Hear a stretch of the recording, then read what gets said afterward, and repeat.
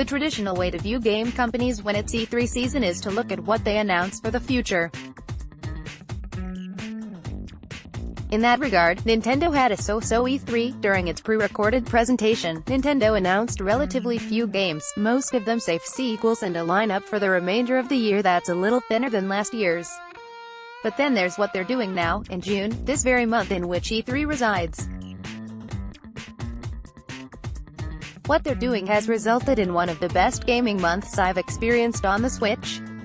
The Switch is unusually strong. June began with the release of Sushi Striker, an ingenious Nintendo-published puzzle role-playing game involving throwing plates of sushi. It sounds silly. It is silly. And it is also a terrific, impressively deep game.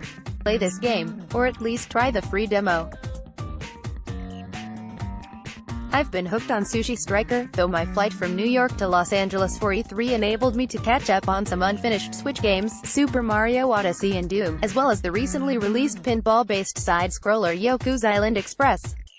June should be the slow season for catching up with unfinished games, but by E3 week Nintendo was serving up a demo containing the first few hours of July's nice-looking JRPG Octopath Traveler and doing out right now announcements for the mega-popular online shooter Fortnite, the indie game Hollow Knight. They also did a surprise spring launch of the impressive if brutally difficult single-player expansion to Splatoon 2, which had been slated for summer. It's been a good month. It's not that weird that a platform holder might put out some games and demos during E3, but this month isn't over yet. We're a day away from a new Mario Tennis game that sounds like it has a solid story mode.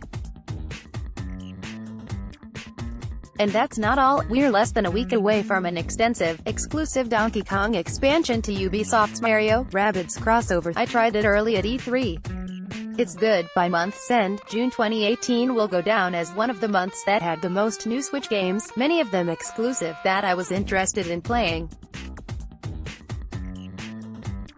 That has me looking at Nintendo's E3 lineup a little differently. Their holiday roster of Super Smash Bros., Let's Go Pikachu, Eevee, Super Mario Party and a Xenoblade Chronicles expansion seems slender. It makes me suspicious that something is missing. It also reminds me that there really is no time like the present.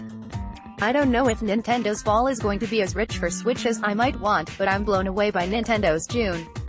Daily thoughts from a Kotaku staffer about a game we're playing.